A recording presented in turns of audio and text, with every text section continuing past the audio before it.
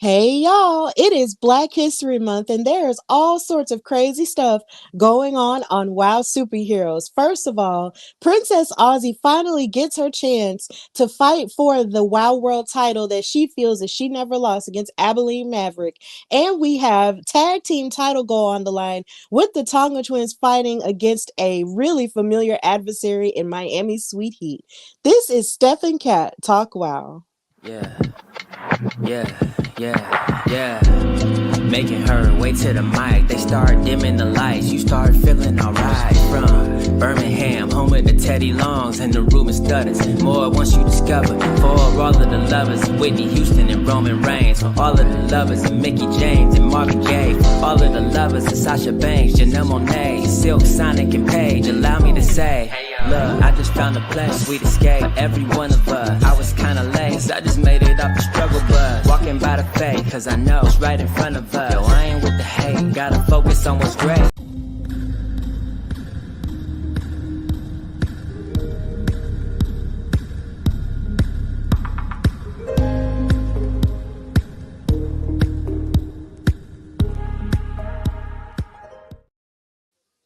That's right, guys. It is Steph and Cat Talk WoW coming at you live on this wonderful Wednesday, this wonderful WoW Wednesday. And of course, we are happy to be here live on all of our platforms. So if you guys are watching anywhere, Facebook, Twitch, YouTube, anywhere else you're watching, thank you guys so much for joining the vibe. Of course, we have Eric Isaac parked in the comments saying hey to the both of us before the show even comes on. Thank you so much for your support.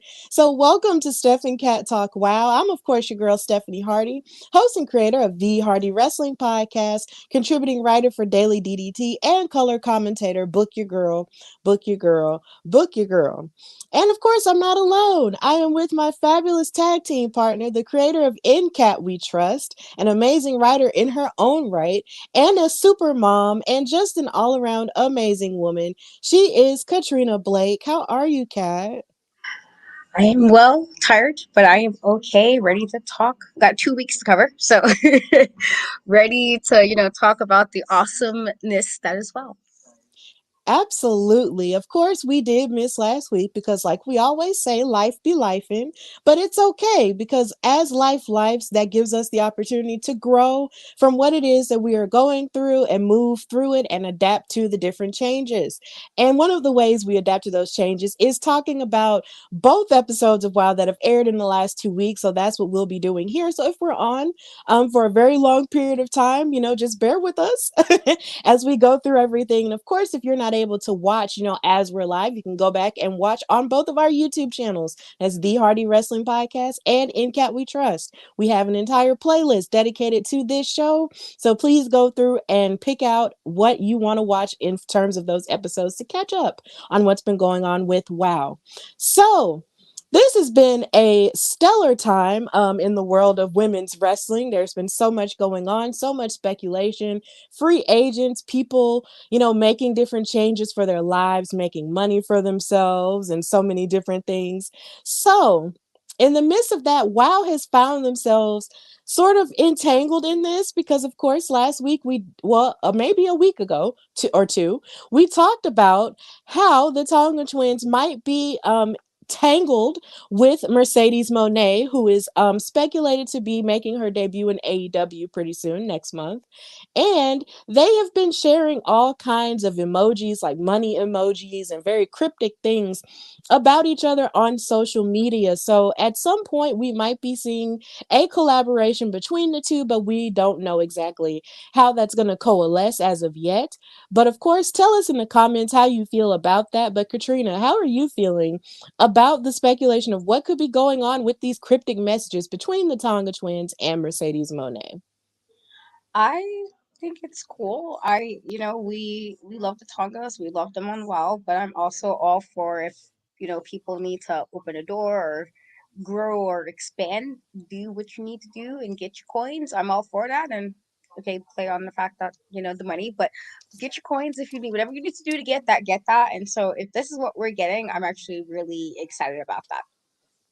I'm very excited about it too. All for it, anything that is for the excuse me, the progression of women's wrestling as a whole. I am all for it. So hey, either way, I'm really excited for it. But of course, we got 2 episodes to get into.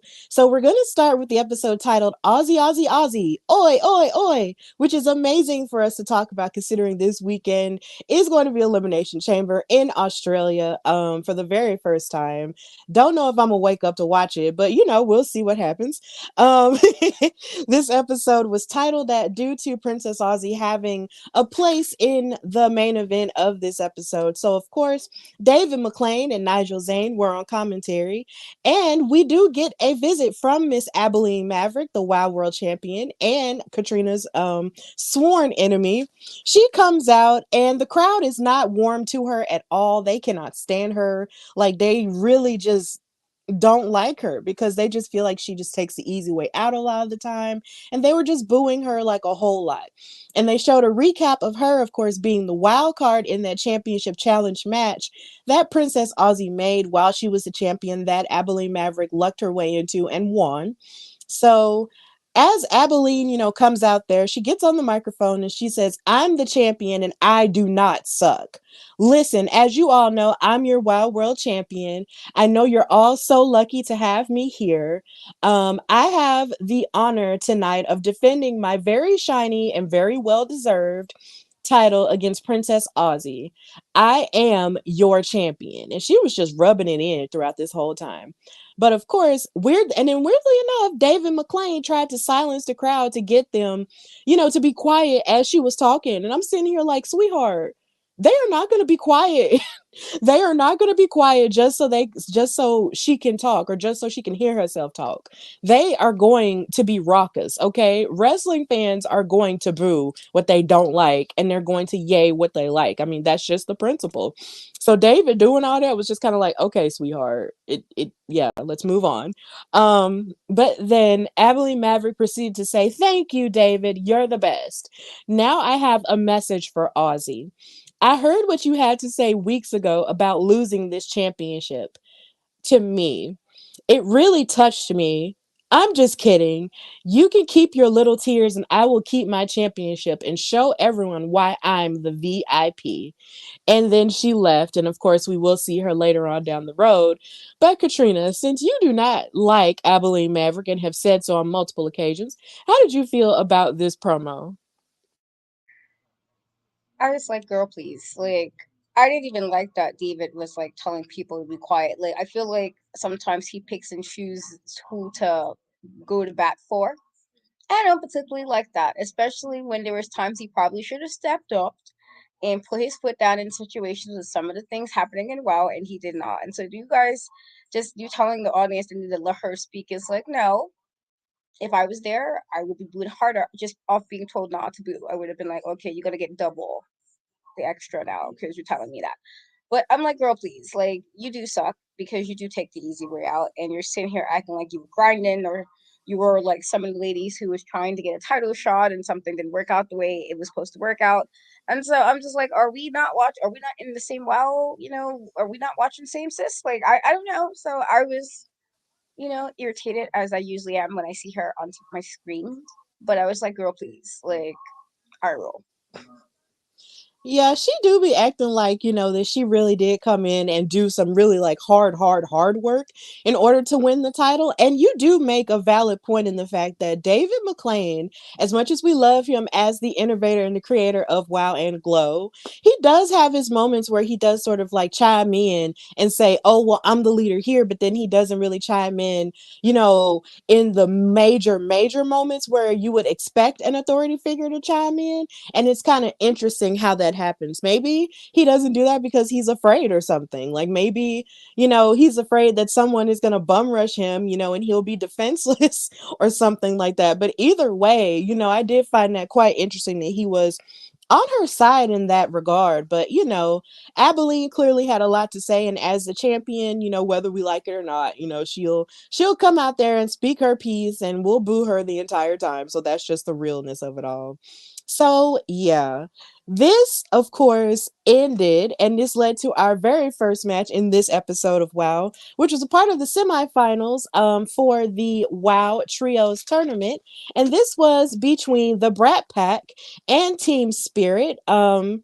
In the form of Pep Riley, Sasha Sparks, and Ariel Sky, because now Coach is in this episode, Coach is taking more of the coaching route because they brought in Sasha Sparks to sort of give her a little bit of a break. And cutely enough, on the flyer it says new Team Spirit. And I think that's just really cute and fun. So in this episode, we do get BK's bars. She rapped a little bit and she said, "Everybody pipe down. We've got something to say. Hey, coach, listen up. This is what you got." And then Gigi said, "Ariel, bye." And Ariel looked like mad irritated. And then BK said, "These are your top performers? You got a bunch of bench warmers." And Sasha looked so irritated by it that she started off the match against BK, and they had a good rhythm going, throughout it. And considering this was our first time seeing Sasha in ring, she really did hold her own. In the midst of all of these women, who had been doing it a little bit longer, even though you do have Pep Riley in there, who's a little bit newer than the rest of them, and then you also have Jay Boogie there too. But Sasha is the newest out of all of them, and she wound up doing a pretty good job holding her own as the match went on. And then there was a lot of speed and agility shown on the part of Team Spirit, but of course BK and Gigi as well as Jay Boogie were trying to wear them down and keep them from using all of their acrobats, and of course using a couple of their acrobatics of their own, as you see from Gigi right there, to topple Team Spirit. But the match wound up taking a very devastating turn in the idea that as Ariel Sky tagged in, and after Jay Boogie tagged Gigi in, she tried to hit, you, I guess you could say, like a head scissors slash hurricanrana from the top rope onto Gigi. But after she did it, she landed on the mat. She let her head landed on the mat really hard, and after she kept trying to keep going throughout the last few minutes of the match, she was stumbling. And once the referee noticed that Ariel Sky was stumbling and couldn't really continue at full speed, he decided to end the match, and the ENTs decided to come out. And due to match stoppage, there really wasn't a winner here. And it was really devastating to see someone as spirited and as strong as Ariel Sky sustain an injury like that. But of course, this is wrestling and accidents do happen. And you just gotta feel a sense of devastation because Ariel really did want to win with Team Spirit and go far in that trios tournament. And she was really excited with being with Pep and Sasha in that way. But, we do wish her the best in her healing. But that was really scary to see her, land that way and then try to continue to fight and then not be able to. It was really scary, but they stopped it immediately and carried her away, and that was the end of things. So Katrina, how did you feel about the match, and how do you feel about Ariel's injury that she sustained? I think for what we got of the match, it was a good match. I think the ladies were showing, in regard to team spirit, what makes them team spirit, pep, the high energy, but also with the Brat Pack, as we have seen in particular with BK Rhythm and Gigi, that they have been on a bit of a roll. And while they, added J Boogie to it, and I'm not really sure how I feel about that because again, when we first saw her, she gave more the impression that she would be more on the face side, and so I'm not really sure how I feel necessarily still about her being aligned with them at the moment. But it was a good match until that happened. And as somebody who knows Ariel, at least in person, was not like, it was like, oh man, that sucked, and you didn't want to see that. But speedy recovery, and hopefully, she heals soon. And everything is all right because that's just what we hope when people unfortunately get injured in wrestling. But otherwise, I did think for the time that we got, it was good. I am curious to see what does this mean now though, because as it really wasn't a winner, what does this mean now for, do they do the match over, do they decide a winner afterwards? I'm curious of how that's going to play out, but otherwise solid match. Yeah, it was solid and I did appreciate it, and it was just, it was just such a shame that it ended the way that it did, but of course, in that situation you can't really make a decision on who's going to, go forward in that moment cuz your main focus is whether or not your person who is hurt is okay. And ultimately all that matters is that, Ariel Sky is all right. But we will find out more about her as we go on in this episode. So after they showed, of course, after all of that happened, they showed a replay of the fatal four-way match to determine the number one contenders for the WoW Tag Team Champions, and they of course replayed the part where the Mother Truckers, Big Rig Betty, and Holly Swag got hit in the head by those mirrors by Vicky Lynn McCoy and Penelope Pink. And backstage, they showed Miami Sweet Heat, Lindsay, and Lori talking all kinds of trash about everybody and talking about, how they couldn't believe David McLane took away their match from them, and how, and basically how they had won the match fair and square, knowing that they didn't, because don't gaslight us. And then Lindsay was like, he's always screwing with Sweet Heat. Like, he knows that that title should be ours, and he knows that that championship match should be ours. And then they decided that they were going to take their frustrations out in their next match. So this led to match number 2 on this episode happening, which was Miami Sweet Heat versus the Mother Truckers. And they wanted to teach them a lesson. And of course, they looked down on them and their truck girl lifestyle. I feel like there's a better term for that. But either way, they looked down on them a whole lot because of that. And also just because they're just really snooty. And they wanted to teach them a lesson. And of course, they came out there with the Fab Four, and Penelope and Vicky Lynn were on commentary. And Betty and Holly were ready to fight immediately. Like, they were standing on business and they ran right in the ring and started tussling with the twins. And it was pretty good, except there was Lori and Lindsay utilizing dirty tactics in order to get the upper hand on the Mother Truckers. Lori planting her boot into Betty's throat. And they did a good job of isolating Big Rig Betty away from Holly a lot of the time. And it just got devastating after a while, because I was just like, bro, like, I really need for Holly to get in on this action. So once she finally did get tagged in, she slapped and kicked both of the Carlson twins in their faces. And then Lindsay broke off a count and knocked Betty off of the apron. And then they proceeded to throw Holly out of the ring. And the twins did prep for a suicide dive, but they wound up getting hit in the head with signs, like street signs that you see on the street and on the freeway. They got hit in the head with both of them. And they wound up getting a double pin on Miami Sweet Heat. And it was just really good to see the Mother Truckers get some revenge on the Fab Four and the Carlson twins in this way. And then weirdly enough, Vicky Lynn and Penelope tried to run in and jump them, but isn't Vicky Lynn supposed to be hurt? Isn't she supposed to be hurt? Because she has that neck brace on, right? But she's moving like she's healed. And she keeps telling David McLane all about her medical bills or whatnot, but you keep acting like you're fine. It's a miracle. But whatever, the Mother Truckers won, and that's all that matters. So, Katrina, how did you feel about this match and just how the Mother Truckers were able to get their win over the Carlson sisters? I I think it was a great match. With everything that Miami Sweet Heat have just done in like the past with their shenanigans, with them always, it's always just being something. And unfortunately, there's quite a few people in WoW that has to have dealt with the stuff that they were doing before previously. And so when you're in a situation like that and you're finally like, okay, what can we do to kind of even the odds a bit or make it so we can get a little bit of payback? I think this was a perfect time for, you know, the ladies in this. I think, like, while it went a little bit haywire at the end, I do think this was necessary because all the shenanigans that was going on with Miami Sweet Heat in general, it's been a lot. It's really has been. And I'm like, all right, guys, all right, let's get this together. So I'm glad that the Big Mother Truckers got to get their payback. I'm glad it worked out in that way.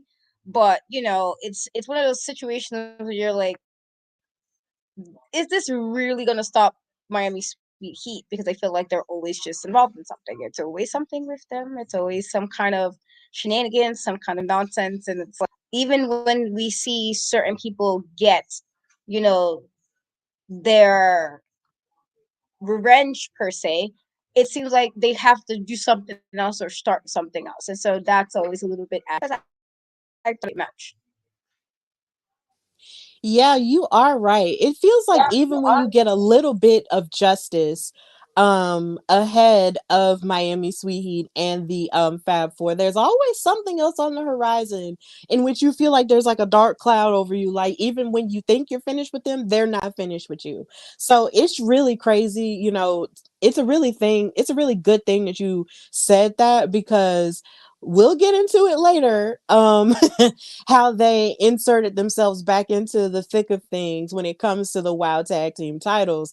But you know, I'm glad the Mother Truckers at least got that win. And honestly, you would think that the Mother Truckers winning that match would have given them, you know, an opportunity to move forward into the title picture, but somehow it didn't. And that really devastated me because I'm just like, they were the ones who really should have won that Fatal 4-Way qualifier in the first place if it wasn't for the interference of the Fab Four.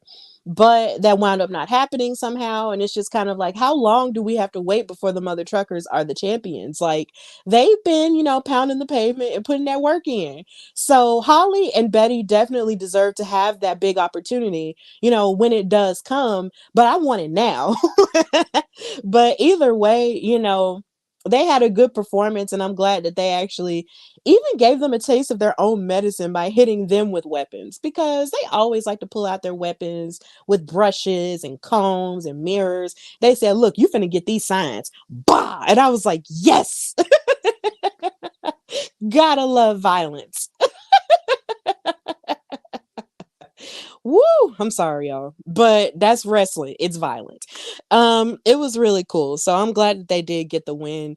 And I just need for Vicky Lynn McCoy to just stop pretending like she's sick. Girl, you're well. Take off the neck brace. Take it off. Take it off and stop giving a hard time to David McLane. Like, stop sending him your medical bills, which I'm more than sure really aren't, you know, that high because you're not sick anymore. So stop it. So after this match, they showed, of course, a replay of the previous trios tournament match, and they gave an update about Ariel Sky, saying that she sustained a concussion. So those are not fun. I know people who have suffered concussions. Those are really not fun things to deal with at all. So like we said earlier, we do wish Ariel Sky a speedy recovery and we hope that she can get back to action in a little while as Team Spirit proceeds to, you know, gun for the WoW Trios title in this tournament. But yeah, really devastating stuff, but we hope that she does get better. So moving into the main event of this episode. This episode was relatively short and because of everything that happened before. We got to Princess Aussie versus Abilene Maverick for the WoW World Championship. And when I tell you I was so relieved that this was happening, I was so relieved because Miss Mama's Princess Aussie, I mean, should have been had her rematch. She should have been first in line to get her rematch for the WoW World title, even though it was all of those women in that championship challenge match that she thought of and created. You know, kudos to her for that. She should have been the first person in line because she was the former champion. And you can tell it truly devastated her to have her championship end so suddenly and and just so out of nowhere by somebody that she really wasn't prepared to face. And it devastated her due to the fact that when she won the title was stolen from her. So she couldn't have her crowning moment in the sun. And then she had to have the title given to her. And then on top of that, she held it for only so long and fought a lot of great people, but at the same time didn't defend it the way she wanted to in terms of length of time. And so to have it cut short by Abilene, you know, who came in out of nowhere as the wild card was just devastating for her. So to see her finally get her come up in tier was fantastic. And as we get into the match, I was wondering how was Abilene Maverick going to like win or how was she going to face Princess Aussie, seeing as a lot of the matches that she's had, she sort of snaked her way through in different ways and just kind of made the easy way out. I will give credit where credit is due. Abilene showed out in this match. She showed us more of her actual abilities, because when it comes to Princess Oz, you got to be on your A game, because Miss Ma'am is gifted in so many different areas of wrestling that you can't just come in and just think you're just going to roll through on all your easy stuff and think everything's going to be okay. No, you got to come with your A game. And Abilene did that. She really did that. Even though it ended in a way that we would not have liked, per se, like Abilene, she did a fantastic job in this match. As you can see, with her giving a submission to Princess Aussie's arm through the ropes and everything, like she was doing stuff that I didn't even know she really could do. Like it was just really good to see this type of fight out of Abilene. But sadly, as Princess Aussie prepared for her, after she hit her cutter from down under, she was getting ready to hit her Aussie splash, and then Abilene Maverick rolled out of the ring, and then Aussie went back on the attack and pulled her back into the ring. And as she was pulling Abilene back into the ring, she kicked Aussie in the back, and then Maverick hit her elbow to Princess Aussie's head and covered her with assistance from the ropes. And Abilene is still our Wild World champion because, here again, she cheated, but she fought her way through the rest of the match. But my thing is, girl, you didn't even have to cheat. You were doing good by yourself. Why? Like, girl, why? And there, of course, is that impressive Princess Aussie Indian deathlock that she locks in, and it is just amazing to see. But this match was pretty good. I definitely would recommend that you go watch it if you haven't watched it already. But Abilene Maverick is still our Wild World champion, and that is how Aussie Aussie Aussie Oi Oi Oi ended. So Katrina, how did you feel about this match and Abilene's performance in it? Well, she did better than previous ones. You know, she actually didn't just run or hide during this matchup, and I'm not sure what was the deciding factor of her wanting to actually wrestle this time, because when she went against Penelope, she didn't really, and it's this is like, it's not to say that Penelope is somebody you probably should take too lightly either.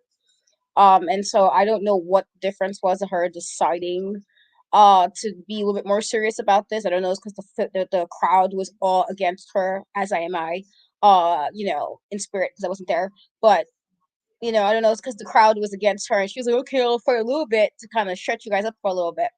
With that being said, and this is what usually gets me mad with some of the people in WoW, that they do good things and they do something that falls in line of, so we couldn't just do this correctly. We just couldn't get to the end without some kind of shenanigans. And here we are. And so I feel like, unfortunately, unless Princess Aussie do some of the stuff that other people have been doing, where they can just put themselves back in title matches, I don't get the impression she will do that. And so it looks like Penelope might have to start from scratch, which is unfortunate considering everything it took to get her to that title picture, for her to win the title, the nonsense after she won the title, and those other for it to just kind of be the way it was. And so that's unfortunate, and that makes me sad for Princess Aussie, because it's like, this girl finally did some more work and then she still cheated and you're still not champion, and I still have to see her another week in my Scream Match champion. So, like, she did better, and I can give her a kudo for that. But she still cheated, and I'm still irritated with the stuff that she does. And I feel like maybe she was trying to prove a point by really working, but it doesn't. It kind of negates that if right after your way of winning is cheating, and so I kind of feel like it dismisses everything else she might have done. Uh, but otherwise, she was better than previous weeks. But I'm still annoyed that she is champion. Yeah, I understand that annoyance. And it's like I said earlier, Princess Aussie really did have a hard go of it. So the idea that she fought her hardest and knows that she definitely could have won if it wasn't for Abeline's shenanigans, as you always say, you know, she really could have won that match and could have won the title back. Like if she had won the title back in this episode, like I probably would have passed out and cried tears of joy, because she just deserves it so, so much. But that's not to say that she won't ever have a chance chance again because Princess Aussie is a fighter. And if she has to climb her way back into the title picture, by starting from the bottom yet again, then I'm pretty sure she wouldn't mind doing that at all.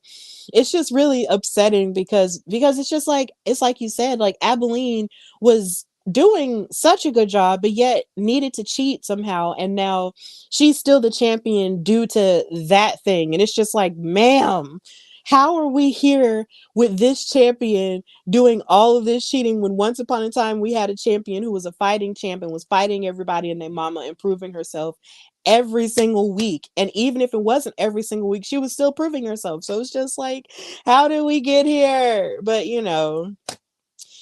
eventually gonna have to beat her. Somebody's gonna have to beat her. Maybe, well, she fought the beast before, but at the same time, it wasn't really that fair when she fought the beast. So I just feel like somebody has to beat her for that title. And I want it to be Princess Aussie, honestly. But I am, sort of intrigued to see. Well, actually, no, she already fought Penelope Pink. Like, Abilene's fought everybody. So I feel like there is almost like another level of WoW women that she still needs to fight in order to prove herself even more, because we do have some WoW superheroes returning. Um, so eventually she's gonna have to fight more women. But that was the end of Aussie, Aussie, Aussie, oi, oi, oi. Abilene Maverick is still our WoW World Champion. And that's how that episode ended. So now we will be moving into the episode Put Me In, Coach, which aired this past weekend. And of course, this is themed off of Team Spirit, who we were just talking about. Here again, David McLane and Nigel Zane were at the table. One day they'll have me at that table. Let's just manifest that into the atmosphere. One day I'm going to be sitting at the table with David McLane and Nigel Zane, and it's going to be fun. And I'm going to cry every night, but it's going to happen. Um, I'm just putting it out there. I'm just putting it out there. So, Team Spirit started out the episode, and Ariel Sky surprisingly came out, and she was also wearing a neck brace, except unlike Vicky Lynn McCoy, she was actually in need of it. So, Coach Campanelli came out there on the microphone and said, "Some of you know, but for those of you who don't, Ariel Sky cannot continue to compete in the WoW Trios tournament. Sometimes as a coach, you need to know when to step back, and sometimes you need to know when to step up. So I looked at myself in the mirror and said, 'Put me in, coach.'" So she said, "For Pep Riley, for Sasha Sparks, and most importantly for Ariel Sky, I will continue in this trios tournament. You're welcome." So ironically, I actually thought that she was going to recruit Gloria Glitter to continue with them, because they had that little interaction backstage. And I was thinking, what if she's getting her to replace Ariel? But then she said, "No, I'm going to do it myself." And that actually makes more sense in the grand scheme of things. So I was like, okay, coach, I see you trying to step up in Ariel's place. And here again, we do wish Ariel the best in her recovery. So this leads into the first match, which was Exile versus El Clan Latino. That is, of course, Vivian Rivera, Sylvia Sanchez, and Tormenta, of course, accompanied by Sofia Lopez, the world's greatest attorney. So this match was really good. Team Exile here seemed to have a better rhythm in how they were working together. They really did have a better communication skills, because here lately a lot of their matches have been ending with them not on the same page and fussing at each other and yelling at each other. And a lot of the aggression and the animosity does come from Genesis a lot of the time. But it looks like they all decided to lock in for this tournament in order to move forward in it. And at first, El Clan Latino was giving them the business. As you can see, you have Sylvia about to pop her over her shoulder after Tormenta gave her a noogie in the corner. And then they were definitely utilizing their hot tags in an amazing way, as they kept moving in and out with El Clan Latino. But Ice Cold here was being very impressive. She hit like a sliding double knee to Tormenta multiple times, and I was just like, yo, like, I want to see more of Ice Cold step up to the plate, not only just in Exile but as a singles girl, because she was popping off in this match in ways that I hadn't seen before. And I was like, yes, ma'am, do it. Even though I know they're supposed to be the bad guys, but still, they were killing it. But either way, this match was amazing and I enjoyed it very much. And as it turns out, Exile wound up winning by pinning um by Genesis hitting a schoolboy pin onto Vivian Rivera. And afterward they cut a promo and Genesis was saying not even with the law on their side could they defeat us. We knew that those women would be tough, but we were going to be tougher. And because we have something that they don't, and that's hunger to prove themselves in this company. It is our time. And so Genesis and all of Exile seemed really focused, and they are now, I guess, going towards the finals of the trios tournament. So congratulations to them. Even though I would have been happier if El Clan Latino had won, but at the same time, Exile has had a real rough go of it over these past couple of months. So I'm actually glad to see them on one page. So Katrina, how did you feel about this match? I thought it was a great match. I did, to your point about Ice Cold just getting more time to kind of shine a little more. I said even in the last season, the Ice Cold was there, but sometimes it felt like she was kind of like floating. Like she was floating between spaces, floating between teams, not really sure what her role is. And while she did have a little bit of a shaky it seems shaky with Exile in the very beginning of the season. It does seem like they have probably like finally really accepted her. So not only that they accepted her, that they're in a better like space as a group, but also that she is actually doing what needs to be done. And I was like, okay, all right, like we got little bits of her season one, but in this season it feels like she's this has been good for her as far as not that what they were doing was necessarily good, but more so good for her as in getting more in her bag to do what it's necessary for a team win. So I thought she was fantastic. And to be clear, like Tormenta and Las Bandidas are great anyway, but it considering how XL have literally just been, we kind of wasn't sure what was happening. We don't know how it was gonna go. For them to get the win, I think it was definitely a needed win. But hopefully, going forward, like they can continue to kind of work in this way, work together where it looks like they're more cohesive and not the weird where it's like, okay, are you guys together or not? Where it's just like it was more for self rather than for the group. So I thought it was a fantastic match. Yeah, it was very fantastic. Like all of them were operating, incredibly well and as a well-oiled team. It was really good. But yeah, Exile has moved forward, and I'm wondering, who they'll have to, face in the finals eventually, because it's just like they've had all kinds of good competition throughout this tournament, and I have enjoyed it. So I can't wait to see who they will face in the finals, because whoever it is they're gonna have to fight is gonna have to put up a major fight, to go up against them because they seem to be very determined and very locked in. So I can't wait to see how it goes. And I am glad that Genesis has sort of put her ego to the side, for the good of the team. Because sometimes because really that's what you have to do in order for all of you to succeed and not just you. Like it's not just about you, like it's about everybody. Like there's no I in team. So you just got to make it work. So yeah, it was good to see this, and Exile is moving forward. So that's where we're at.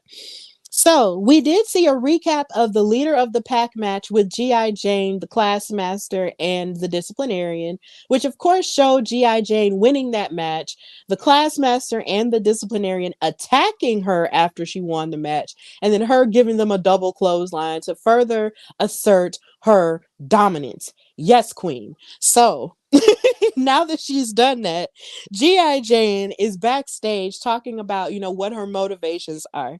And she said that she had been under Samantha Smart for far too long. And she said, look where that got me. She thought we had a team. And she was wrong about that. The disciplinarian and the class master double crossed me, but look where that got them. I'm going to show you why I'm a drill sergeant and how I got the name G.I. Jane. If it's going to be me against the world, I'm always ready. It's time that I stand on my own 2 feet and remember that this is who I am, and I will always be the leader of the pack. And when I tell you She gave me everything I needed in that promo. She gave me everything I needed. I was like, yes, because this is what I've been wanting. Because since I saw G.I. Jane, I remember the first time I saw her, it was when we were in LA. I feel like everything good about WoW happened in LA that time. It's hilarious how that happens. Like the first time I saw a picture of her, I just knew like there was something about her that I just had to have, and something about her that was just really special. And I'm glad that now she's being able to tap into that, and people can actually love her and cheer for her now because she's just so athletic, she's so articulate, she's just so like straightforward and ready to like prove herself that I just felt every word she was saying in the promo, and I was just like, yes girl, let's go, let's get this cracking. So Katrina, before I go on a whole other tangent and talk about the match, how did you feel about the promo, and how do you feel about the direction of G.I. Jane now? Well, I like it. I thought she was when we first saw her, it was Sully. Uh, when we first saw her and she was paired up with them, I thought it was a good thing. I was like, you got a girl, got some good size to her. She could throw people around if necessary. Her look isn't, again, I'm all for women being in the boxes that they are and not what people expect them to be. And so she has all these things that will be different than what you might expect for a woman wrestler anyway. And so to kind of have her get to a point where she's now valuing that, and during I just have to say, during Black History Month, it's like, yes, just tell it, sis. During Black History Month, you let it be known and standing on business. Okay, that's what she was doing. And I was like, yes, you right, sis, you right. And so I was all for that. I think that it's a good thing to be confident in yourself, but also can just believe in what you can do. She believes what she can do in a group, but it doesn't mean you can't even do better or thrive even more as a solo person. And that's what she did. And so I was all for it. I was like, yes, girly. Have been very happy about the other things she's been doing outside of WoW anyway. And so it's like, yes, let's see what you're gonna be doing now. So I'm with it. I was perfectly fine with everything she said.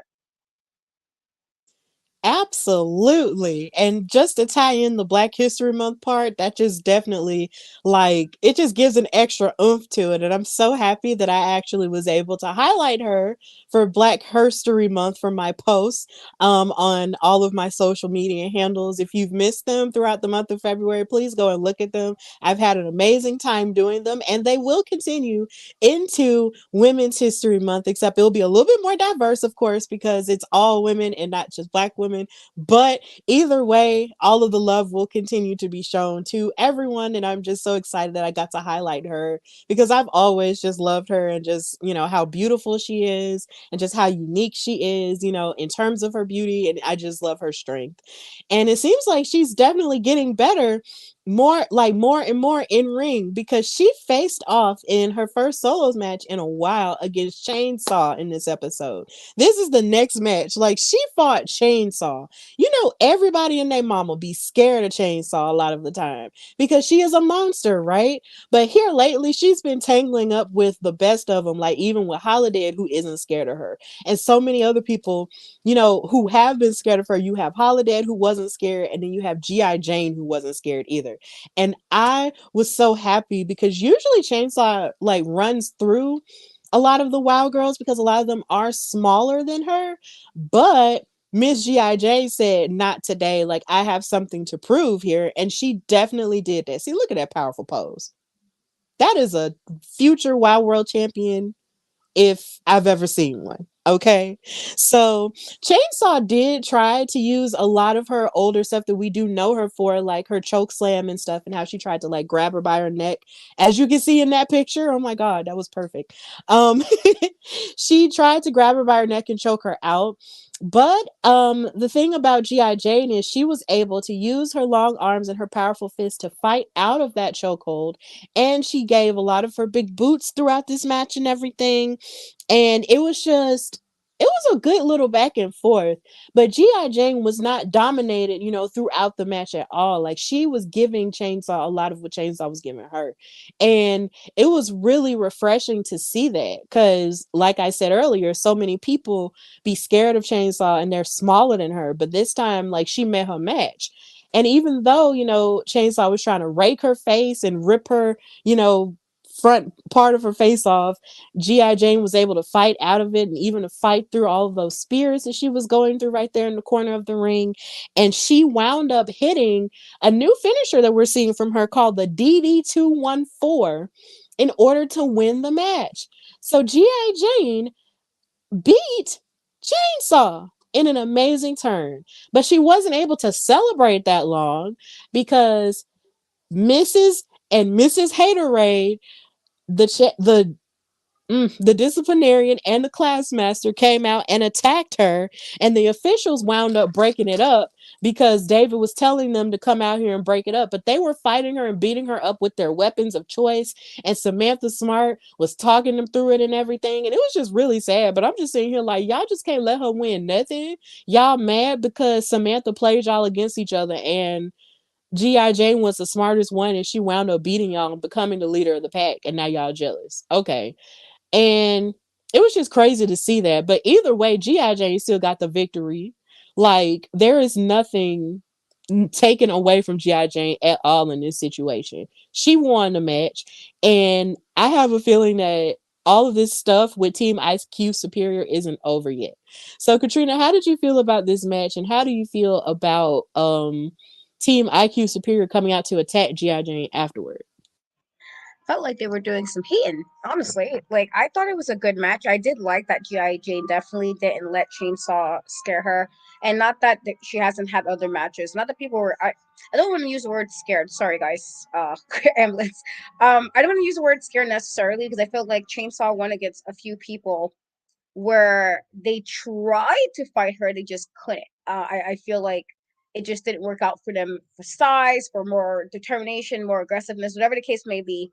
I think they just had a rough go at it in that regard. With that being said, I do like that G.I. Jane was definitely more for I'm gonna handle mine, and for her to not only do that but win it, it was cool, especially to have her first match technically away from Samantha and classmaster and disciplinarian. This is her first solo match after that, and so the fact that she won and did that on her own terms with no, like, even though she was kind of engaging in some cheating type activities very previously, very close to some time before, she did this on her own with none of that. And so for her to win and then to come out and do all that, it was like, girls, so this is making y'all look even worse because why are you sitting there doing all this and y'all mad that sis is not in? She never bothered you. If she was bothering you or something, that would be different. But she wasn't. So you guys did all that and y'all still looking like you're just hating, like jealous, Like there's no need for all of that. Your guys did what you did last time, and she was like, fine, I'm gonna go on my own and do what she needs to do. And she did that, and y'all still hating. Like, why y'all still so concerned? If y'all felt that she was wrong to be considered the leader of the pack, and she's gone now. Why should she even still be bothered? Like, how is she a bother still? And so that's just something they were just some good old fashioned hating. But even with that, I feel like obviously there's gonna be some maybe some redemption or payback with her. I'm sure she want to get her lift back, as you like to say. And I'm sure she should. I feel like she should. But I thought it was otherwise great match. But those they hating. I'm like, ooh, girls, well, don't be doing that. Yeah, you hate to see it. See, what's so funny is after she won the leader of the pack match, what I thought was going to happen was that maybe G.I. Jane was actually going to still be a part of Team IQ Superior in some way. And I thought that she was actually going to be like helping Samantha Smart boss the other two girls around. That's what I thought was going to happen at first. But then as it turns out, when she won that match and they jumped her, I guess she took that, like, she realized who they were and realized how they were feeling and decided to leave herself, which is something that I can't blame her for doing, because when you're in that type of situation, you can either choose to stay around it or leave. And G.I. Jane has shown in this episode that leaving was the best thing for her, because clearly everybody was cheering for her. Everybody was, happy for G.I. Jane and how she had stepped forward and beat Chainsaw. Like, that's a huge deal to beat a WoW OG and beat one that is literally terrifying to the rest of the locker room except for Holiday. It's just like really crazy stuff. So G.I. Jane is really on an upward trajectory. I feel like she should challenge for the WoW World title at some point. I'm not sure, when it could happen for her, but I would love to see her, challenge her for the title. Like I would just it would be really cool to see her go up against Abilene Maverick and possibly win the championship because I don't think since well, actually no. Since the Beast, we haven't had another black champion. And I would love for G.I. Jane to be the next one because she's just so good. Like she's just so good. And she just has that look to her that if you see her, you know that she's somebody like for real, for real. So I would love for her to try to challenge for the title at some point, but of course we got to wait and see because she is still, starting out, in the solo thing outside of IQ Superior. So we just got to see. But it's cool that she won though. Like big ups to her for that because yes, ma'am, it was great. So after this match, we had a promo from Santana Garrett, who was getting ready to take on Jessie Jones, and of course, from the brawl that they had from their last match, Americana was injured, in the arm from not only them fighting in a match, from her fighting in the match with Jessie Jones, but also from the attack afterward because she didn't want to let her arm go, even though the referee was telling her to let it go. And so Santana said, I am sick and tired of girls like Jessie Jones. After seeing everything she's done to Americana and then she injures her, I'm taking out Jessie Jones, Amber O'Neil, and any of the other bullies here at WoW. Let's go. And then backstage, we saw the undefeated Adriana Gambino run into Princess Aussie. And then Adriana was like, whoa, watch where you're going, champ. Oh, that's right. You're not the champ anymore, are you? And I was like, that was rude. She said, I would have never known that since I'm undefeated at WoW.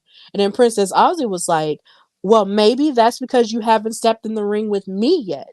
And then Adriana said, well, let's change that next week. So on this weekend's episode of WoW, we will be getting Princess Aussie versus the undefeated Adriana Gambino. And I'm definitely intrigued by that because I wonder if she is going to keep it against a hungry keep her record against a hungry and possibly angry Princess Aussie, who at this point is trying to work her way back up to the top. So this leads us into match number 3, which was Jessie Jones versus Santana Garrett. And of course, Amber O'Neil came out there with her, and Americana came out with Santana Garrett. Now, this match started off pretty interesting in the sense that Santana was trying to get quick roll-ups onto Jessie Jones and quick pinning attempts, but of course Jessie kept kicking out of them, and then Jessie immediately started attacking Santana Garrett's left arm by kneeing it multiple times with and preparing it for a submission, but Santana refused to give up here. A lot of people in the ring, whenever they're in the ring with Jessie Jones and she starts working on their arm and then she submits them, they'll just tap out and then give up. But Santana is not made out of, you know, just regular stuff. Like she did not want to give up at all because she wanted to teach her a lesson. And as they kept fighting, Santana was able to gain a little bit of the upper hand, but every time she kept trying and kept fighting out of different holds, Jessie Jones would just lock her back into him or just knock her back down and grab her by her hair. And then it also helped Jessie that Amber was out there to help her cheat by distracting the referee and pulling on her hair and beating her up, while the referee wasn't looking. And sadly enough, you had Americana, trying to do the right thing and tell the referee, you need to go over there and stop them, but it would always be too late. And it's just like, a part of me was like, Americana, you have one arm. You have a healthy arm and you have healthy legs. Why don't you go over there, even the odds, and just snatch Amber O'Neil off instead of just being helpless and injured? Like, that's what I wanted her to do, but she wound up not doing it. And it's just like, oh my God, girl, I understand you're trying to be all good and everything, but I'm gonna need for you to like play. You can still be good and still play a dirty game. Like, come on.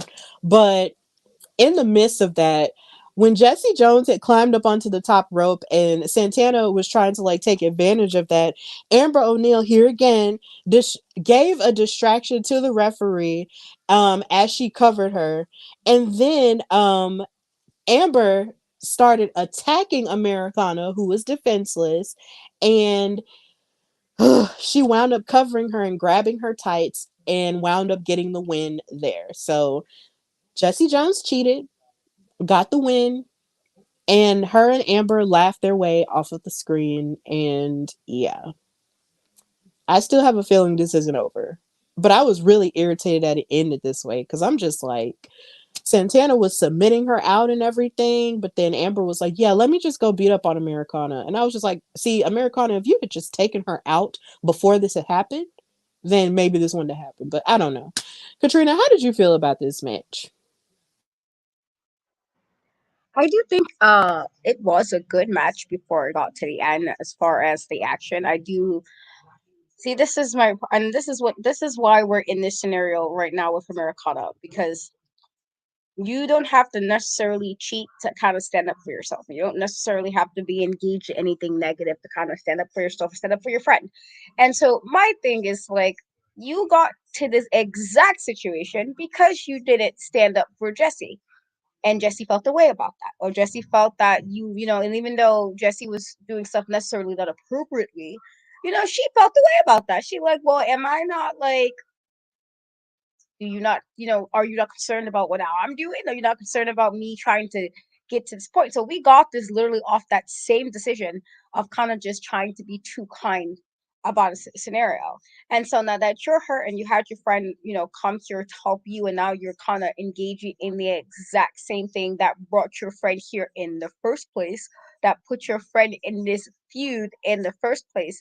I'm gonna need Americana to get it together. I'm gonna need her to look herself in the mirror whenever it is she is back in the locker room and be like, girl, it's okay for me to step in if needed. It doesn't necessarily mean you're cheating.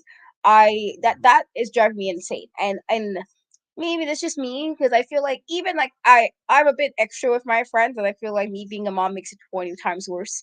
And so like I'm like quick, like, excuse me, like, who you doing that too quick? Then they're gonna tell me twice, like, oh, I'm right there. And I'm like, girl, do you not have that same level of like, I don't know, dedication or like loyalty, or even like just the need to be protective? I don't understand. Like, you as a mom who didn't just, I'm not saying, are you trying to play this nice, like, oh, everything, like, no, girl, like, you have a kid, you know how this goes, you know how it works. You gotta Sometimes you gotta let people know what it is, and you can do so without necessarily cheating. And so I'm like, girl, like, you have Santana in all these situations because of your choice before, and now you're still making the same choice. And so I'm annoyed. With that being said, I do think Santana had some good moments, but Jessie cheating and holding the tights to win, that falls in line of Jessie, saying even a few weeks ago in the interview, that she's going to do whatever she's going to do to get the win she wants to get and to get where she needs to get. And so that I was not surprised by. I was more irritated because I expected Jessie to do something funny. That Americana was just like, girl, get it together as a friend. Get it together. Like, what are you just sitting there? Like, if you're gonna just be sitting there not doing anything, you can stay in the back. What are you out there for? It's kind of like defeating the purpose. If you're not gonna do anything, then stay behind in the back and let Santana, as the saying goes, do bad by herself. And that's the case. Like, girl, like, get it together. She was annoying me with that. I'm like, again, have you not learned anything?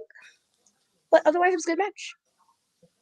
Yeah, I think what Americana, I feel like Santana and Americana are so similar that maybe she feels that because they're both very straight laced, good all American girls, as they say, that she feels like Santana will understand that she doesn't want to get fully involved on behalf of her, and she can count on that. But at the same time, when you have two girls like Jessie and Amber who do whatever it takes to win by any means necessary, you have to fight fire with fire. And even though I understand that doesn't make sense, like in the literal sense with the elements, you do have to really like fight the way that another person is fighting in order to get the upper hand. And it just doesn't make sense for Jessie and Amber to keep winning and for y'all to keep challenging them if y'all aren't gonna like change up your game. Like, you have to be able to change up levels of your game in order to evolve. You can't just remain the same.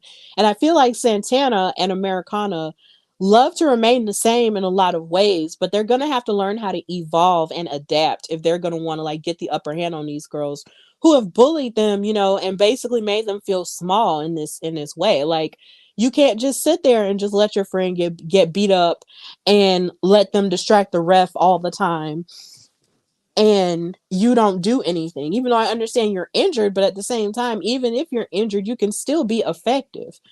And the fact that Americana wasn't really disappointed me. So hopefully, at some point we can get, a steady conclusion to this, which winds up giving Americana and Santana like a victory at some point. But either way, they're gonna have to change some things around if they're gonna have to do that. So, or if they're gonna want to do that. So yeah, it's crazy. But here again, Jessie Jones is the winner. And like Katrina said, please check out her interview that she did with Jessie Jones on her YouTube channel and my YouTube channel as well. And check out the other ones that we have coming through the pipe later. So before the main event, last week they showed a replay of the mother truckers visiting David McLane in the men's bathroom. This was really funny because I'm just like, yo, why are y'all just, trying to ask for what you want in the bathroom? Y'all could have went to his office. And David was like, what are you doing here? And they kept asking him for a match against Vicky Lynn McCoy for revenge. And he was like, well, if I give you the match with Vicky Lynn, will you promise to get out of the bathroom? And they were like, yes, we'll do just that. And so they got out of the bathroom. And so I guess at some point, if not this weekend and maybe next weekend, we will be getting a match between Holly Swag and Vicky Lynn McCoy. And of course, this weekend we have Princess Aussie versus the undefeated Adriana Gambino. So we've got cool stuff to look forward to. So moving into the main event, we have the Fab Four coming out and cutting a promo before the match. Lana Starr basically saying that Miami Sweet Heat belongs in the main event because they're just destined for greatness. And David McLane had to get them together and say, hey, it's a miracle y'all even got this match considering the Mother Truckers won that match first. But hey, it's whatever. They still took the win, and Penelope and Vicky got on commentary. And yeah, this is how the WoW World Tag Team Championship match got started. You got twins versus twins again. Um, they are each other's one true pairing, one true partnerships, and this match was no different than the last matches that they have had against each other. It was really good stuff going into it. It was very athletic. All the twin magic was happening in the match. Everything that we've come to know from Kona and Chaos was on display here, and all of the craftiness and the caginess that we know from Miami Sweet Heat was on display here. So every time I've seen the twins fight each other, it just seems like they just up their game each and every time. And this match was definitely no different from that. But I do feel that Miami Sweet Heat was way more cagier this time and way more apt to like isolate the twin Kona and Chaos from each other a lot of the time and beat up on them. Um, and right when it looked like the plan wasn't going to work out for them, we heard Penelope say, it's time for plan B, it's time for plan B. And then a Kona splash was executed onto Lori, but then we saw interference from the Fab Four and pulling in and throwing a lot of both of the tag team titles in the ring. And the referee was distracted by one of the Carlson sisters holding a title, and then the other Carlson sister hit Kona in the back of the head with the WoW World title, and she covered her for the 1, 2, 3. And now we have 3-time WoW Tag Team Champions in the form of Miami's Sweet Heat. Shenanigans, cheating all around, no confetti for them, but yet they were celebrating, and that's how the episode ended. Lindsay and Lori are our new tag team champions of WoW. Katrina, how do you feel about this? And yeah, I really don't have anything to follow that. How do you feel about it? Yeah, it's unfortunate. I don't know, like, this is what I mean about David with reference to the fact that when Abilene was out earlier in the, previous episode, he was just like, oh, you gotta like don't boo her. He was all concerned, and then in the situation where he tells them, "Oh, well, you guys shouldn't be in here anyway." Then why are they in here? Why didn't you, David, put your foot down? How you gonna say it shouldn't be you, but you're allowing the match to happen? That's kind of a bit contradictory. If it's not supposed to be them, then why is the match happening? The match is happening. You allowed them to have this match, even though you and us, we the viewers, but you also know that they shouldn't have this match. So to say all that and then for it to end that way, I'm just like, no, this is what I'm talking about. These shenanigans. It's unfortunate, because like I said, I felt the Tongas should have had it the very first place. I thought it should have been them from the very beginning, from season one. I thought it was supposed to be the Tongas. It should have been the Tongas. It was pure shenanigans with the Miami Sweet Heat. To do all that and to have that where it was like she said it's plan B. The referee, because for some strange reason, the referees in WoW never seem to know how to have 20/20 vision. I'm gonna need people to get the eyes checked, wear some glasses. I don't know, but get it together. So you don't see any of this happening, and then it's allowed to go on, and now the Tongas are no longer champions. And it's just like, now, David, are you gonna do something this time? Are you gonna actually do something and make them do the match, or you're gonna make them restart? Because that's what I would do. Or you should never give it to him in the first place. It's like he picks and kind of chooses when to want to say something. And as the person in charge, you better, like, I don't know, put your foot down, say something, like act like the boss man you're supposed to be. And that annoyed me. And so to do all that and then to have the Tongas lose and to lose in that fashion for the Miami Sweet Heat to be champion again, it was like, oh, I guess they can just do whatever they want to do. There's never any true, real repercussions for all the stuff they've been doing since season one. It's like they always get like a slap on the wrist and more opportunities, and I just don't understand that. So yes, I thought it was a good match, but I was highly, highly agitated with the end. And I'm like, and this I'm talking about, guys, because y'all gotta always do these shenanigans, and y'all just be letting stuff go down, and nobody does anything, and it's like, why? Why? But it was a good match. I just wasn't particularly happy with how it ended. I wasn't happy with how it ended either. And something weird that happened to me, I didn't initially find out that they had won the titles while watching the program. I had it spoiled for me because WoW comes on in different times all over the country. And WoW doesn't come on for me until 6 p.m. Central Standard Time on Saturdays. So I saw someone tweet about it who had already seen it. And I was like, what? And I was devastated.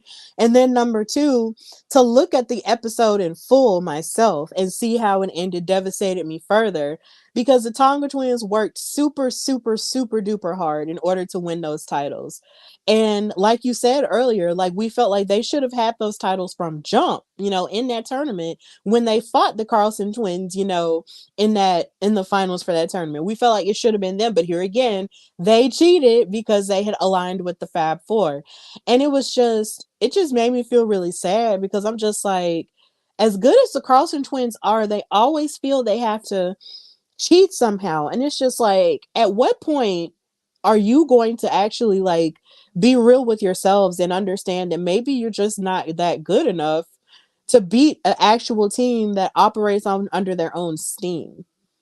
Like, you have to be highly insecure to align yourself with a team like the Fab Four who just uses dirty and underhanded tactics for you to get what you want. And third of all, I'm gonna need for David McLane to actually stand on business for real, because it's like in the earlier episode he wanted to come down on the fans for talking while Abilene Maverick was talking like we're children in middle school, but then at the same time it's like you wanted to lay down the law when the Carlson sisters cheated in that fatal four-way and you didn't give the mother truckers the match because they rightfully deserved it, and then you wound up giving it to Miami Sweet Heat anyway. That doesn't make any sense. That doesn't make good walking around sense. And I really honestly feel that the Carlson twins should not have the tag team titles because of the way that they've been acting. And honestly, if you're the person that's in charge and if you can make declarations from the commentary table, he could have reversed that decision and kept the match going for like a few more minutes, and the Tongas could have won that match again in the traditional sense, since you want to make rules all the time. No diss to you, because we do give you your respect as an OG out here in these wrestling streets, but we also want to hold you accountable because we love you. And honestly, we need you to put your foot down. We need you to put your foot down and stop just letting people just get away with things, just because you want to pick and choose when you want to see stuff. No, you need to see stuff all the time. If you are a leader, you need to see everything. And considering you saw it there from the commentary disc, you could have reversed the decision the same way you reversed the decision for them winning the contendership, for them cheating. You could have done that, but you didn't. And it's just like, sir, where's your head at? So yeah, Miami Sweet Heat, they're the champions, but hopefully the Tonga Twins can get a rematch of sorts eventually. But either way, I'm devastated. The Tonga Twins are everything. We are definitely ride or die for them regardless. But the idea of Miami Sweet Heat making history as 3-time Wild Tag Team champions, but them cheating to do it is just unfair, and it's trash. But that's how this episode ended. And of course, we've reached the end of our time together. So thank you guys so much for watching us here on Steph and Cat Talk Wow, every Wednesday live, unless otherwise stated. Thank you for supporting us. And of course, this is a great time to promote our interviews. So if you have not already, please watch our interviews with the Tonga Twins, Chaos and Kona, with Jessie Jones, and specifically this month, to cap off your Black History Month, watch our interview with Keta Rush. And we have 2 more interviews coming down the pipe for Black History Month this week. So be on the lookout for those as well. And just continue to watch and support us as we cover WoW Superheroes, the hottest all women's wrestling show on television. So Katrina, thank you so much for joining me per usual. And just tell everybody where they can find and follow you and what you've got going on. You guys can follow me on most social media and Cap Trust, TikTok, Threads, Twitter, and Instagram. E3. As Steph said, we do have some awesome interviews with some of the ladies at WoW, so please check those out. I did do an interview recently with Alyssa Marino, who is an absolutely fantastic woman who just wears all the hats and do so gracefully. And it was a really fun chat, so definitely go on my channel and check that. I will be having some other videos popping up. Like I said, it's just been a very hectic few months. The mom life just never ends. So it's been hectic. It's been a little insane. It's been a little crazy, but stuff is coming. And again, just thank you guys for your support. Awesome, awesome, awesome. And just know you can follow me, your girl Stephanie Hardy, on Instagram, X/Twitter, and Threads at Queen Steph Hardy, and follow the Hardy Wrestling Podcast on Instagram at Hardy Wrestling Podcast, and on Twitter at Hardy Wrestle Pod. And of course, subscribe to both of our YouTube channels, In Cat We Trust and the Hardy Wrestling Podcast. The logo might look a little different because it is Black History Month, but either way, it's the same channel. And just check out everything that we have done over the past few years, and also over the past couple of weeks as well. And also check out WoW Superheroes and support women's wrestling as a whole throughout all promotions. Yell and use your voice to support women in all things, and also supporting women in working in higher up positions in wrestling as well. We want to take over. We want to trickle in because we have brilliant minds. And as long as we have brilliant minds, and as long as we keep raising our voices, we will evolve and do great things in professional wrestling, and we will not give up because this is our world. So of course, this has been Steph and Cat Talk Wow, brought to you by the Hardy Wrestling Podcast and In Cat We Trust. And until next time, bye y'all.